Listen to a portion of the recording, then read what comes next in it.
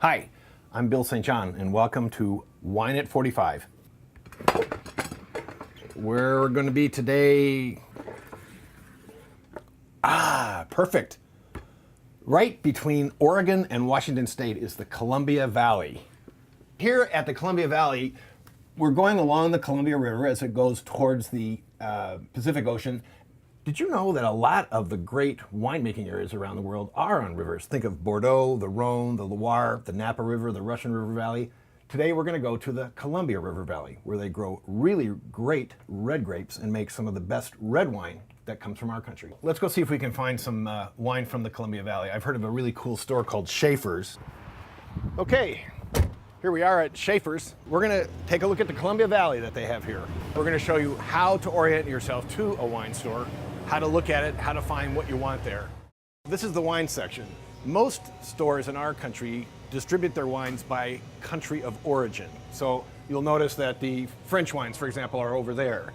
The Australian and New Zealand wines are right here. The United States wines are pretty much over here. Janelle, if you could show us two Merlots, both from the Columbia Valley, one of which is at the lower end of the spectrum, price spectrum, and the other at the higher, okay? I can recommend this one from Columbia Crest. It retails for about $9. $9, okay, cool. And it's called the Two Vines. And also I can recommend the Chateau Ste. Michelle Merlot that retails for about $14. Let's try to figure out before opening the bottles what we might expect from these two. You want to? Sure, this one's going to have a little bit more fruit set and it's going to be a little bit harsher around the edges, whereas this one, it's going to have a lot more complexity, a little bit more layered. Is one going to be smoother than the other? Probably this one. Okay, is one going to be darker than the other? It'll be pretty close. This one might show a little bit more complexity in the color just because it's an older vintage. Whereas this one's a little bit younger, so it might have a little bit more cherry. That's a cool idea. This is a 2004. That means it was made in September, October of 2004. Yeah. And this is a 2006, so 2 years younger. Right. Okay, here we've got our two Merlots. On the left, I'll pour a sample of the Two Vines from Columbia Crest. And on the other side of it, the Merlot. I'm trying to pour exactly the same so that they have the same kind of refraction of light.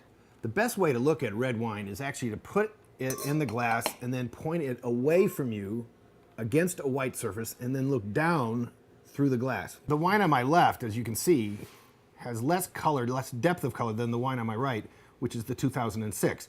And just as Janelle suggested, a wine that has a little bit more age on it loses its color. But notice how deep, dark red, almost red-black, the wine on my right is.